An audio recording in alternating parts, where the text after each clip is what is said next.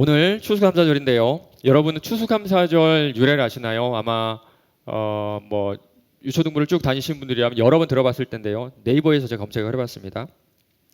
추수감사절은 1620년 종교의 자유를 찾아 메이플라워를 타고 영국에서 신대륙으로 이주한 청교도들이 이주 첫 해에 혹독한 추위와 질병으로 많은 이들이 목숨을 잃는 시련을 겪은 후 이듬해인 1621년 정착지에서 첫 추수를 마친 것을 기념해 신에게 감사 기도를 올리고 잔치를 연대서 비롯되었다. 청교도들은 그들에게 도움을 준 원주민들도 초대해 옥수수 등의 곡식과 야생 칠면조 등의 음식을 나눠 먹으며 수확의 기쁨을 함께 했다고 한다. 영국에서 신앙의 박해를 받았던 사람들이 배를 타고 미국으로 건너왔습니다. 그런데 풍토병으로 많은 사람이 죽었고요. 그리고 농사도 실패해서 정말 큰 어려움들을 겪었다 그래요. 그 가운데 원주민들의 도움으로 옥수수 농사에 성공해서 겨우 그 생명을 연장할 수 있었다고 합니다. 그래서 추수감사절 하면 좀 따뜻한 분위기, 풍성하고 어떤 그런 분위기가 생각이 나는데요. 얼마 전에 제가 읽은 글 하나가 추수감사절에 대한 생각을 완전히 바꿔놓았어요. 랜디 우들리라고 한 신학자가 쓴 글인데요. 이분은요, 미국의 원주민, 그러니까 우리가 인디언이라고 부르는 그분들의 후손이에요. 그분이 이렇게 썼습니다. 잔인한 미국 정부와 기독교 식민주의가 파괴한 과거의 역사를 되돌려 놓도록 우리 땅을 도둑질해간 일과 우리 문화를 말살하고 사람들을 말살시키는 일을 자행한 이 나라의 진정한 역사가 무엇인지를 제대로 알리도록 백인 여러분은 우리가 하는 말을 들어야 한다. 이야기를 듣는데요. 추수감사절에 대한 제 생각에 어떤 큰 혼란이 찾아왔습니다. 그래서 이런저런 자료를 찾아보니까요. 기독교인들이, 그러니까 우리가 추수감사절로 지키는 오늘 몇몇의 원주민들은요, 전혀 다른 이름을 붙여서 자기들만의 과거를 기억하고 있습니다. 그 이름이 뭐냐 하면요, 국가적인 애도의 날, 국가적인 슬픔의 날. 우리 사진 한번 보여주실래요? 네, 청교도들이 미국 땅을 처음 밟은 지역이 그 미국의 플리머스라는 지역인데요. 바로 그곳에 이런 동판이 하나가 있고요. 미국의 원주민들, 그러니까 인디언들이라고 불렀던 그 후손들이 날마다 매년 추수감사절마다 모여서 이렇게 애도하고 있다 그래요. 이 내용을 제가 아주 간단하게 번역해 봤습니다. 1970년부터 추수감사절에 미국의 원주민들이 플리머스에 모여 국가적 애도의 날을 기념한다. 많은 원주민들은 청교도들과 유럽인들이 미국 땅에 온 것을 축하하지 않는다. 원주민들에게 추수감사절이란 수백만 명이 대량으로 학살당하고 땅을 빼앗기고 문화의 영역에서도 가차없이 공격받은 날로 기억된다. 첫 번째 추수감사절이 있은 지 채 50년이 되지 않아서 유럽인들의 미국 정복이 시작되었습니다. 그리고 그 실상은 끊임없는 일들의 연속이었어요. 미국 인디언들에 관한 학살에 관한 그런 기록이 담긴 책이 있는데요. 그 다음 장면 보여주실래요? 나를 운디드니에 묻어두오라는 책인데요. 거기에 이런 글들이 있더라고요. 원주민들이 썼던 글입니다. 내가 바라지도 요구하지도 않는 일들이 이 땅에서 수없이 벌어졌다. 백인들은 우리 땅을 가로질러 갔다. 백인들이 휩쓸고 지나간 뒤에는 핏자국밖에 남은 게 없다. 당신들의 집을 지어주고 보건소를 만들어줄 테니 주거 지옥으로 들어가라고 말했다. 그러나 나는 그런 것들을 원하지 않는다. 아마 여러분들도요, 이 미국의 서부 개척 시절에 카우보이들이 커다란 카우보이 모자 쓰고 여기다 총을 이렇게 차고요, 말을 타고 다니면서 솥대를 몰고 다니는 그런 장면들 영화에서 한 번쯤 봤을 것 같습니다. 이 장면은요, 유럽인들에게는 광활한 미국 대륙을 개척하는 아주 멋진 장면이지만 원주민들 입장에서는 약탈과 학살의 연속이었던 그런 시절이었어요. 이 책의 제목이었던 그 운디드니는요, 실제로 학살 사건이 있었던 곳의 실제 지명이라고 합니다. 물론 1620년에 메이플라워를 타고 온 청교도들이 직접적으로 이런 행위를 한 것들은 아니에요. 그러나 원주민들 입장에서는 이렇게 미국의 문을 활짝 열어놓은 그들이 원망스러울 겁니다. 그래서 추수감사절에 모여서 여전히 그들에 의해 죽임당한, 학살당한 수백만 명의 죽음을 애도하고 있다 그래요. 왜 유럽인들은 인디언들을 죽였을까요? 저는 책을 읽다 보니까 이런 생각이 들더라고요. 사람으로 보지 않았다. 그들을 사람으로 보지 않았다. 히틀러가 유태인들을 죽였을 때도 마찬가지였잖아요. 유태인들을 사람으로 보지 않았어요. 독일은요, 그 이전에도 이런 사람들을 죽이는 만행을 했는데요. 기록이 남아 있습니다.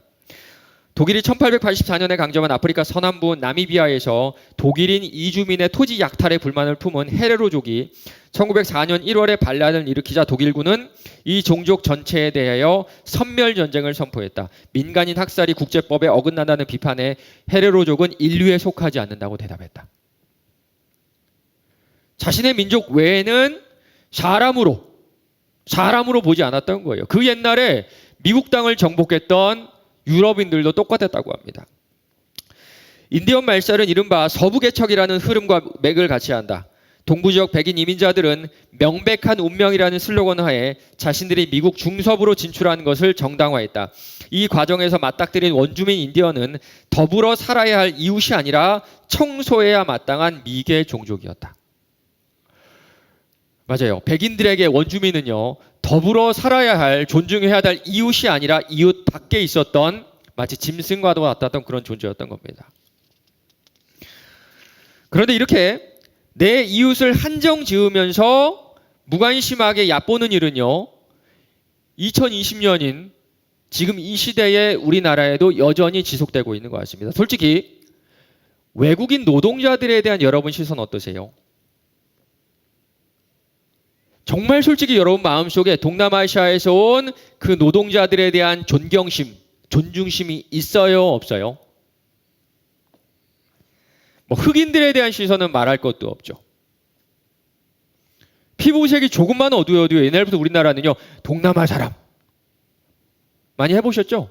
동남아 사람 같다는 인종차별적인 농담을 서슴없이 했고요. 흑인들에게는 여전히 강한 거부감과 두려움을 가지고 있어요.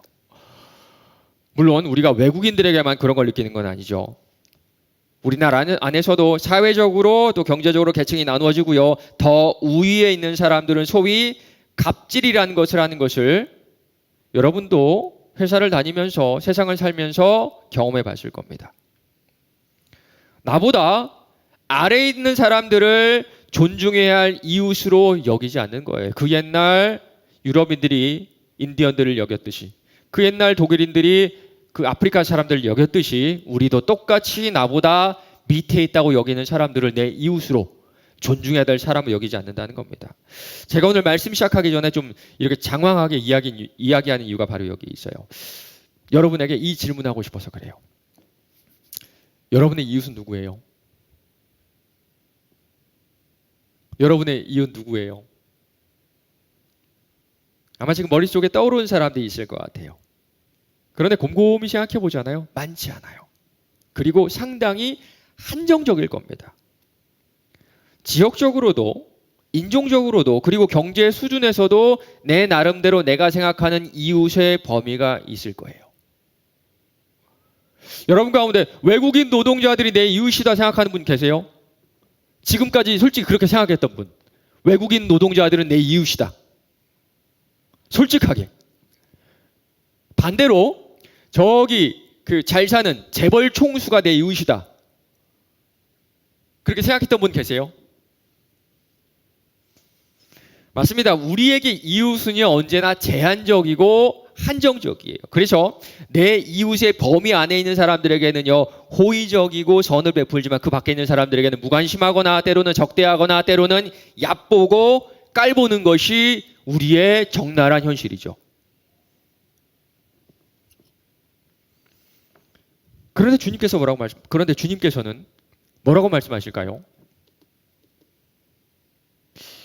오늘 말씀을 통해서 하나님께서 우리에게 정해주신 내 이웃의 범위가 어디까지인지 한번 생각해보는 그런 시간 됐으면 좋겠습니다.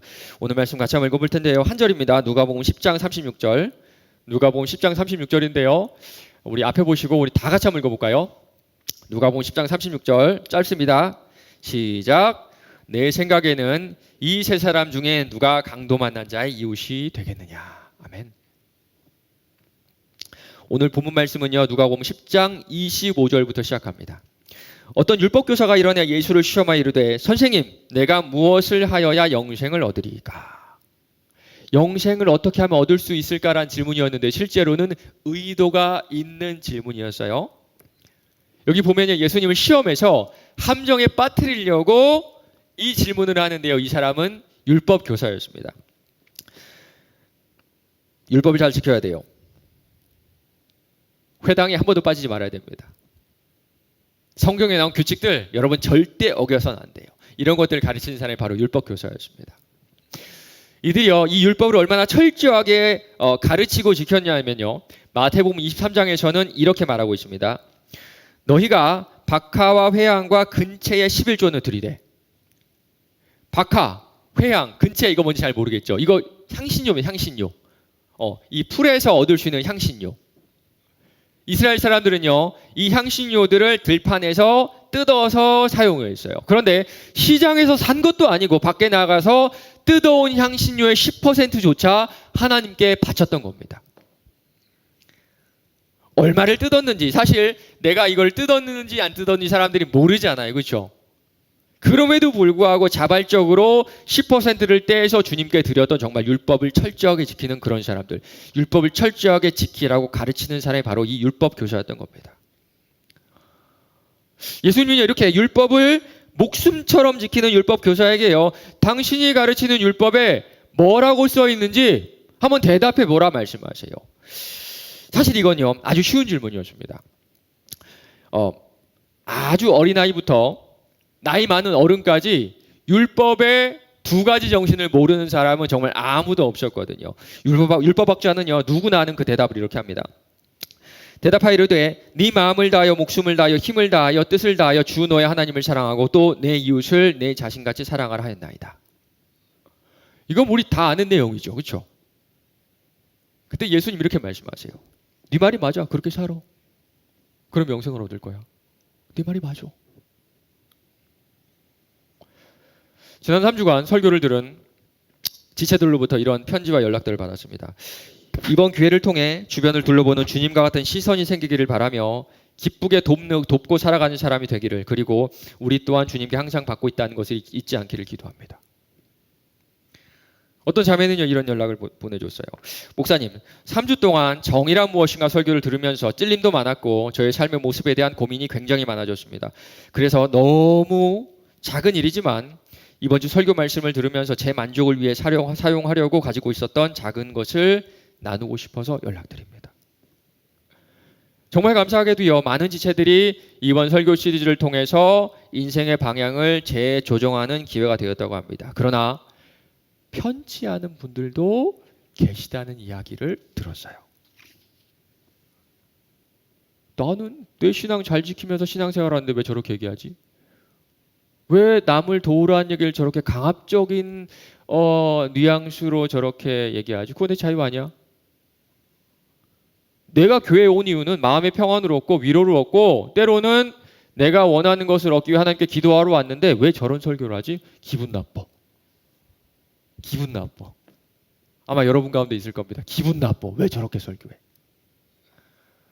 물론 이런 마음이 들 수가 있습니다.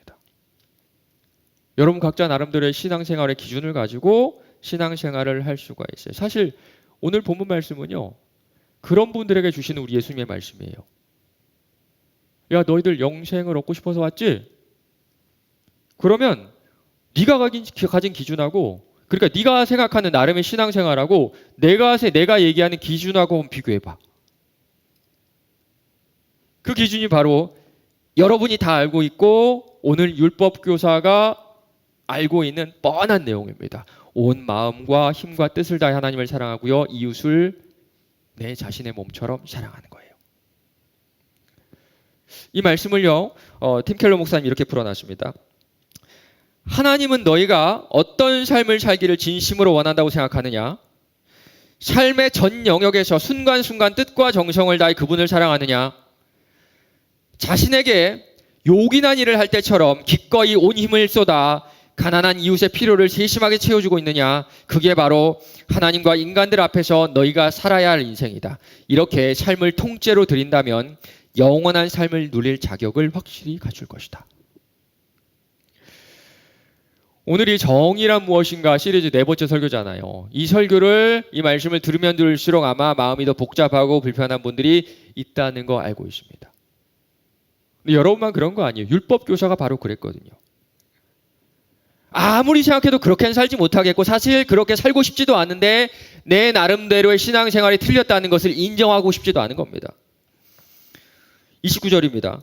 그 사람이 자기를 옳게 보이려고 예수께 여짜오되 내가 옳다는 생각을, 이 옳다는 믿음을 꺾을 생각이 조금도 없었던 거예요. 율법을 지켜야 구원을 받는다고 가르치는 율법 교사에게 네가 아는 그 율법대로 살아가라고 하니까 말문이 턱 막힌 겁니다. 영생을 얻는 방법을 아는 여러분에게 그렇게 살아가라고 설교하니까 기분 나쁜 것처럼 말은 똑같아요. 똑같아. 그래도요, 이 사람이 너무 악해가지고 꺾이고 싶지 않아가지고 되받아치는 겁니다. 그러면 내 이웃이 누구예요? 내 나름대로의 신앙생활하는 사람들 보잖아요. 그러면요, 최소한의 투자로 최대한의 것을 얻고 싶어요. 불편한 얘기 듣고 싶어 하지 않고요. 내 마음에 들지 않는 것도 듣고 싶어 하지 않아요. 그래서 이런 분들 보면 가끔 어떤 모습 보이는 줄 아세요? 설교하고 있다가 불편하면 눈을 지그시 감아요. 안 들어?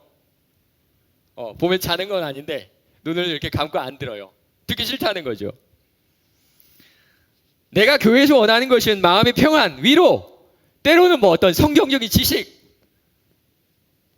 그리고 내가 원하는 것들에 대한 하나님의 도움이지, 성경을 가득 채우고 있는 하나님의 말씀이 명령은 듣고 싶지도 않고 알고 싶지도 않고 알아도 그냥 넘어가고 싶은 겁니다.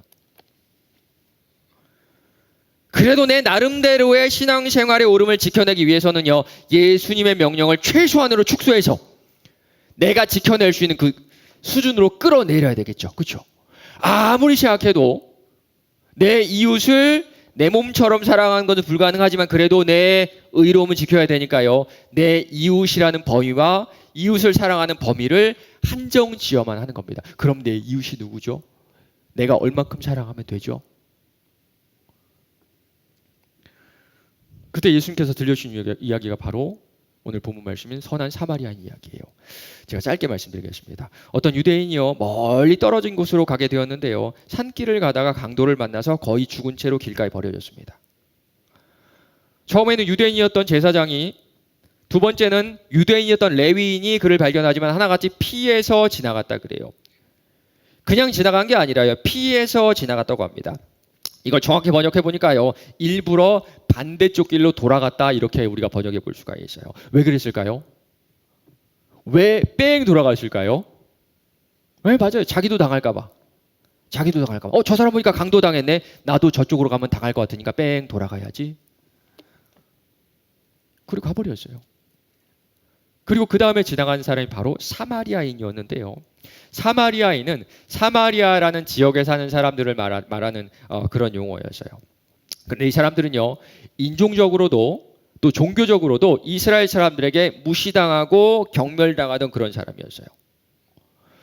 이스라엘 본토 사람들은요, 사마리아 사람들을 인간으로 여기지도 않았고요, 사마리아 땅에 내 발을 디디는 것도 더럽다고 생각했습니다. 그래서 이 두 민족 사이의 적대감은 이루 말할 수가 없었어요. 그런데 그런 취급을 받던 사마리아 사람이 그 넘어진 유대인을 보고 도와주기 시작한 겁니다. 어떤 사마리아 사람은 여행하는 중 거기에 이르러 그를 보고 불쌍히 여겨 가까이 가서 기름과 포도주를 그 상조에 붓고 싸매고 자기 짐승에 태워 주막으로 데리고 가서 돌보아 주니라. 그 이튿날 그가 주막 주인에게 데나리온 2를 내어주며 이르되 이 사람을 돌보아 주라. 비용이 더 들면 내가 돌아올 때 갚으리라 하였으니. 너무 불쌍해가지고 강도의 위협도 무릅쓰고요, 자기 마음, 시간, 돈을 써서 그 유대인을 돌봐주었어요. 지금 예수님은요, 이 비유를 통해서 이 율법 교사가 던진 두 가지 질문에 대한 답을 해주시고 계신 겁니다. 먼저 누가 이웃이냐는 그런 질문에 대한 답이죠. 여러분 혹시 지난주 말씀 기억나시나요? 유대 사회는요, 상부상조 시스템으로 돌아간다 그랬죠. 그래서 자기와 인종적으로, 사회적으로, 경제적으로 수준이 맞는 사람끼리만 내 이웃으로 여기면서 살았어요. 우리도 마찬가지죠. 우리 사회라고 별 달라졌나요? 나에게 유익이 되는 사람들 위주로 관계를 맺으며 살아가고 싶어요. 특별히 내 나름대로의 신앙생활을 하는 사람들은요, 이웃의 범위를 한정해야 됩니다. 무조건 한정해야 돼요. 이렇게 생각할 수가 있겠죠. 목사님, 굳이 얼굴도 모르는 국제부 성도가 제 이웃인가요? 저는 그렇게 생각하지 않아요. 저는요, 제 주변에 있는 사람들이 제 이웃이라고 생각해요. 저는 그들에게만 잘할 거예요. 엄청 한정적이죠. 18세기에 미국의 아주 위대한 신학자였던 조나단 에드워즈라는 분이 이런 글을 남겼습니다. 그분이 가난한 사람들에게 돈과 물품을 나눠주라는 설교를 할 때마다 반발이 있었는데요. 그 핵심이 바로 제한이었습니다. 제한. 목사님, 저 사람은요, 죽을 정도 아니네요. 도와줄 필요 없어요. 우리한테 바꾸면 이렇게 할 수가 있죠. 목사님, 국제부 성도들도 직업 있잖아요. 돈 벌어요. 뭐로 도와요? 또 이렇게 반대하는 사람도 있었다 그래요. 저는 그럴 형편이 안 돼요. 현재 우리가 누구를 돕지 않은 가장 큰 이유죠. 목사님, 제가 힘들어요. 제 코가 석자예요. 맞습니다. 이 설교 시리즈가 부담되고 불편한 분들은요, 무조건 제안해야 돼요. 이웃이 누구인지 제안해야 되고요. 이웃 사랑이 무엇인지 제안해야 됩니다. 내 신앙의 의로움을 지키기 위해서는요, 가능한 한 내 상황에 맞게 다 제한하고 한정해야 내 의로움을 지켜낼 수가 있는 거예요. 그러나 오늘 이 비유를 통해서 예수께서 우리에게 분명히 말씀하고 계십니다. 누가 됐건 간에 어려움에 처한 모든 사람이 바로 우리의 이웃이라 말씀해 주고 계시는 겁니다. 그리고 그들의 물질적이고 경제적이고 신체적인 필요를 최선을 다해 채워주는 것이 바로 이웃 사랑이라고 하시는 거예요. 우리가 나의 의로움을 지키기 위해 쳤던 모든 제한과 모든 한정을 갈기갈기 다 찢어버리시고, 내가 목숨을 걸고 너희를 사랑했으니 너희도 너희의 것을 희생해서 다른 사람을 사랑하는 것이 마땅하다. 오늘 이 말씀을 통해 말씀하고 계시는 겁니다.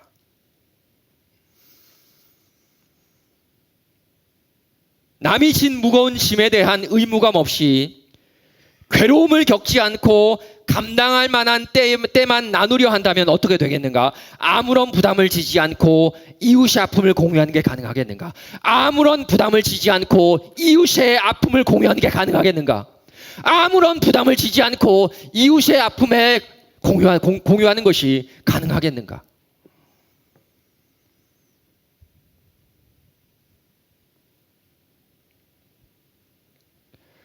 그래서 이 이야기는요, 누가 너의 이웃이냐라는 질문에 대한 답으로 끝나지 않습니다. 마지막 절이에요. 예수께서 이르시되 가서 너도 이와 같이 하라 하시니라. 바로 네가 그런 이웃이 되어주라고 하시는 겁니다. 사랑하는 청년 여러분, 여러분은 이런 이웃인가요? 내 이웃을 한정하기 전에, 이웃에 대한 사랑의 정의를 한정하기 전에 여러분은 정말 우리 주님께서 말씀하신 이런 이웃이 되고 계신가요? 제가 지난 3주간 경험한 여러분은 이런 이웃이더라고요. 어제 만난 지체는요, 남자친구랑 따로 선교원금을 하고 있더라고요. 이분들 보면 둘 다 우리가 뭐 흔히 말하는 4대 보험되는 정규직을 가진 뭐 꾸준한 수입을 얻을 수 있는 그런 분들도 아닌데요. GMS라는 우리 교단 선교 기구를 통해서 끊임없이 자신의 것들을 흘려보내고 있어요. 지난주에 어떤 지체는 저한테 요즘은 카카오페이 보낼 수 있잖아요. 카카오페이로 좀 적지만 보내고 싶다고 저한테 10,000원을 보냈고요. 지난주에 어떤 지체는요, 밖에서 저를 기다리고 있다가 저한테 손에다가 이렇게 돈을 쥐어주고 30,000원 쥐어주고 갔어요.